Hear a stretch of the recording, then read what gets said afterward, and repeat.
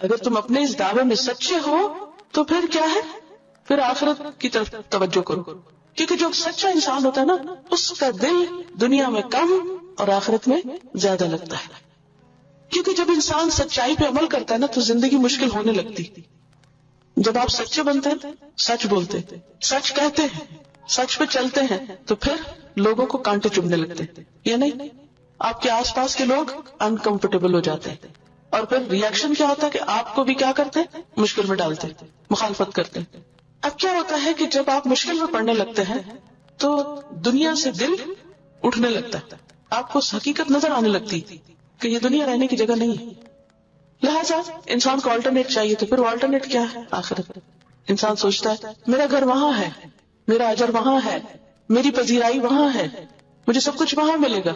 لہٰذا اس کی ساری ایفرٹ اور توجہ اور کوشش وہاں کے لیے ہوتی ہے. وہ دنیا میں کام کر رہا ہوتا ہے، وہ دنیا کے کام بظاہر کر رہا ہوتا ہے، لیکن ان سب چیزوں کے پیچھے اس کی نیت کیا ہوتی ہے؟ ان سب چیزوں کا ریوارڈ مجھے وہاں جا کے ملے گا. لہٰذا وہ حق پہ قائم رہتا ہے. فرمایا اگر تم سچے ہو، حق پر ہو، تو موت سے کیوں ڈرتے ہو؟ پھر اللہ تعالیٰ خود ہی فرماتے ہیں وَلَن يَتَمَنَّوْهُ أَبَدًا، وہ ہرگز اس کی تمنا نہیں کرے گے، کبھی بھی، نیور ایور، کبھی موت نہیں مانگے گے. کیوں؟ بما قدمت ایدیہم، اس وجہ سے جو ان کے ہاتھوں نے آگے بھیجا، یعنی اپنے اعمال کی وجہ سے. مومن کو موت سے ڈر کب لگتا ہے؟ جب اس کو اپنی غلطی نظر آتی. دنیا میں انسان کا جب دل نہیں لگتا تو دل چاہتا ہے نا کہ انسان اللہ کے پاس چلا جائے، ہوتا نا ایسے. اچھا وہاں جانے سے صرف ایک چیز روکتی ہے، اور وہ کیا؟ ابھی ہے کچھ نہیں پاس. اگر یہ پتا چلے کہ اللہ راضی ہے تو پھر موت سے پیاری کوئی چیز نہ رہے. تو اللہ تعالیٰ یہاں یہ فرما رہے کہ ان کو پتا ہے یہ کیا کر چکے اور یہ کیا کرتے ہیں. ان کے جو کفر ہے، ظلم ہے، زیادتی ہے، نافرمانی ہے، شرک ہے، اس کی طرف اشارہ. قدمت ایدی میں ان کے سارے اعمال کی طرف اشارہ ہے کہ یہ اپنے برے اعمال کی وجہ سے مرنا نہیں چاہیں گے، اور یہ ان کا دعویٰ جھوٹا ہے کہ جنت انہی کے لیے. واللہ علیم بالظالمین، اور اللہ خوب جانتا ہے ظالموں کو، یعنی ان لوگوں کے اعمال کا اللہ کو خوب پتا ہے. تو اس سے یہ پتا چلتا ہے کہ انسان موت کی تمنا نہیں کرتا، اور کرنی بھی نہیں چاہیے. کیوں؟ ہمیں موت کی تمنا کرنے سے منع کیا گیا. کیوں؟ کیونکہ زندگی ایک بار ملی، اور انسان کو چاہیے کہ اس زندگی کے ایک ایک دن سے فائدہ اٹھا لے. فرمایا وَلَتَجِدَنَّهُمْ أَحْرَصَ النَّاسِ عَلَى حَيَاتٍ، تم ضرور پاؤ گے ان کو لوگوں میں سب سے زیادہ گریڈی، حریص، کس پر؟ علی حیات، دنیا کی زندگی پر. کیوں؟ تاکہ دنیا کی لذتوں سے فائدہ اٹھا لیں، کیونکہ ان کو پتا کہ آگے تو کچھ ہے نہیں. وَمِنَ الَّذِينَ أَشْرَكُوا، حتیٰ کہ ان لوگوں سے بھی بڑھ کر زیادہ زندگی پیاری ان کو جنہوں نے شرک کیا. یعنی مشرکین سے بھی زیادہ یہ زندگی کے شدائی ہیں، جینا چاہتے ہیں. کتنا جینا چاہتے ہیں؟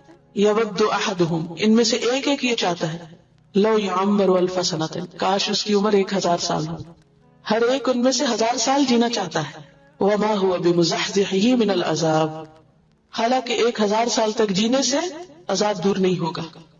ان یعمر، کہ ان کو عمر دے دی جائے. زیادہ عمر کا مل جانا عذاب کو روک نہیں سکتا، کیونکہ 1000 سال بعد بھی کیا ہوگا؟ موت تو آئے گی، اور موت آئے گی تو مصیبت آئے گی. وما هو بمزحزحہ من العذاب ان یعمر واللہ بصیر بما یعملون، اور اللہ خوب دیکھ رہا ہے جو بھی عمل کرتے ہیں. ان کے سارے اعمال اللہ کے سامنے ہیں. اس آیت سے بھی کئی باتیں پتہ چلتی. پہلی بات تو یہ کہ بنی اسرائیل میں زندگی کی محبت بہت ہے، ہر چیز سے بڑھ کر اور ہر قوم سے بڑھ کر. دوسری بات یہ کہ طویل زندگی انسان کو عذاب سے نہیں بچا سکتی. یہ نہیں ہو سکتا کہ کوئی زیادہ دن جیے تو وہ پنشمنٹ سے بچ جائے گا. پھر یہ ہے کہ لمبی عمر مومن کے لیے فائدہ مند ہے، موت کی تمنا نہیں کرنی چاہیے. ایک شخص نبی صلی اللہ علیہ وسلم کے پاس آیا اور کہنے لگا ای الناس خیر، کون سا انسان سب سے اچھا ہے؟ قالا، فرمایا من طال عمرہ، جس کی عمر لمبی ہو، وحسن عملہ، اور اس کا عمل بھی اچھا. اس لیے ہونا کیا چاہیے کہ جب آپ اپنے لیے لمبی عمر کی دعا کریں یا اپنے بچوں کے لیے یا کسی اور کے لیے، صرف لمبی عمر کی دعا نہ کریں. امام احمد بن حنبل کو اگر کوئی لمبی عمر کی دعا دیتا تو وہ قلق میں پڑ جاتے، ان کو پسند نہیں آتا تھا، الا یہ کہ ساتھ کوئی یہ دعا کرے کہ نیک عمل کے ساتھ، اللہ کی اطاعت کے ساتھ. اللہ تمہیں لمبی عمر دے اپنی اطاعت کے ساتھ. ہم عام طور پہ کہتے تم جیو 1000 برس، وہ ایک شعر بھی ہے اردو کا، اور ہر دن کے ہوں دن 50,000 معلوم ہونے کے دن. بہرحال تو لیکن مومن ایسے نہیں کہتا، وہ صرف 50,000 سال کی دعا نہیں دیتا، وہ اس کے ساتھ اللہ کی اطاعت کی بھی دعا دیتا ہے. کیونکہ اس حدیث سے ہمیں کیا پتہ چلتا ہے کہ لوگوں میں سب سے اچھا کون ہے؟ جس کی عمر لمبی اور جس کے عمل نیک ہو. پوچھا کیا فأی الناس شر، بدترین انسان کون سا ہے؟ قال من طال عمره وساء عمله، وہ جس کی عمر تو لمبی اور عمل بدترین ہے. کیونکہ انسان کی اصل عمر وہ ہے جو وہ اللہ کی اطاعت میں گزارتا ہے. حقیقی عمر کیا ہے؟ اصلی عمر. ایک شخص کی عمر 100 سال ہے، 100 سال میں سے تیسرا حصہ تو اس نے سو کے گزارا ہے. وہ سوتا ہے رات کو 8 گھنٹے، تو 1/3 ہو گیا نا. 24 آورز میں اگر کوئی 8 گھنٹے سو رہا ہے تو 1/3 تو سونے میں گزر گیا اس کا. ویسے 60 سال عمر ہے کسی کی، 20 سال تو سونے میں گزر گیا. باقی عمر کیا ہے؟ اصل عمر 40 ہو گئی. اب 40 میں کچھ وقت تو کھانے نہانے دھونے اور دنیا کے کام کاج جاب ادھر ادھر گزر گئے. یہ سوچیے کہ عبادت میں کتنے سال گزرے اور اللہ کی اطاعت میں کتنے، دن کے کتنے گھنٹے اور کتنے منٹ آپ کے قرآن پڑھنے میں گزرتے. سوچیے ذرا، اگر ہم صبح کی تلاوت بھی نہیں کرتے، کتنے لوگوں نے رمضان کے بعد اب سے دوبارہ قرآن پورا بھی کر لیا. وقت ہی نہیں ہوتا، کون پڑھے. یہ تو بس ٹھیک ہے سن لیتے ہیں، کیسٹ لگی ہوئی تھی ہم سن لیتے ہیں. ہم نے خود کیا ہمارے منہ سے کیا نکلا، سوچنے کی بات ہے.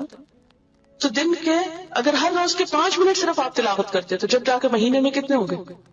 150 منٹ، صرف 2 گھنٹے اور کچھ منٹ. تو اسی طرح ذکر میں کتنا وقت گزرتا ہے، کسی کی خدمت میں، اچھے کاموں میں. تو ہم سب اپنا خود کیلکولیشن کر سکتے ہیں کہ ایک ایوریج انسان کی لائف جو ہے وہ اللہ کی اطاعت میں کتنی گزرتی اور نافرمانی کے کاموں میں کتنی گزرتی. بس اگر آپ بیکار میں بیٹھے ٹی وی کے آگے کچھ نہیں، بس دیکھے جا رہے ہیں تو کبھی ایک چینل بدلتے کبھی دوسرا، بس دل بہلا رہے ہیں. کبھی سوچے کہ گھنٹہ گزر گیا، 2 گھنٹے گزر گیا، کیا کمایا؟ عمر کا یہ حصہ بھی تو کاؤنٹ ہو رہا ہے نا. تو حقیقی عمر ہماری وہ ہے جو ہم نے اچھے کاموں میں گزاری، اللہ کی اطاعت میں گزاری، نیکی کے کاموں میں گزاری، کسی خیر اور فائدہ مند کام میں گزاری، اور باقی وقت جو ہے وہ مائنس ہے. اب آپ دیکھیں کہ کچھ لوگ ایسے ہوتے ہیں کہ جو چھوٹی عمر میں بھی بہت کچھ کر جاتے ہیں. امام حازمی کی عمر صرف 37 سال تھی جب وہ فوت ہو گئے تھے. 37 میں فوت ہو گئی، ڈائٹ. زبردست کتاب لکھی الاعتبار کے نام سے. چھوٹی عمر میں بھی کئی لوگوں نے بہت بڑے بڑے کام کر لیے. اسی طرح عبدالحی لکھنوی کا نام شاید آپ نے سنا، ان کی عمر بھی 37 سال تھی جب وہ فوت ہوئے. انہوں نے بھی کئی کتابیں لکھی. ان کی کتابیں آج کے اسکالرز ایڈٹ کر رہے ہیں بیٹھ کے. عبدالفتاح ابو غدہ کا نام آپ نے سنا ہوگا، انہوں نے ان کی کتابیں ایڈٹ کی.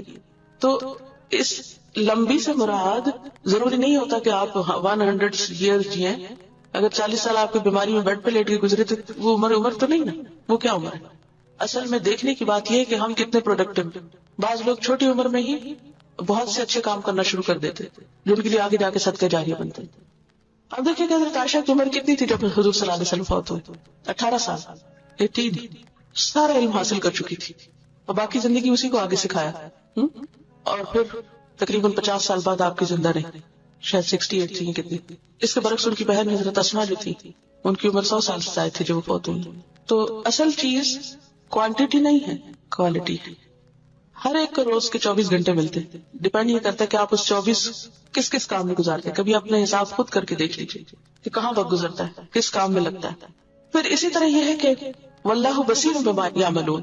بار بار یہ بات آئی پیچھے کی اب بھی کہ اللہ سارے اعمال کو دیکھ رہا ہے. اللہ سے کچھ بھی نہیں چھپا ہوا، دل کے وسوسے تک نہیں چھپے ہوئے، ہر چیز اس کے علم ہے. لہٰذا ہم جو بھی زندگی گزاریں، جو بھی کام کریں، یہ سوچ کے کریں کہ وہ دیکھ رہا ہے. کئی چیزیں ایسی تھیں لوگوں سے چھپا جاتا، لیکن اللہ سے کچھ بھی چھپا ہوا نہیں.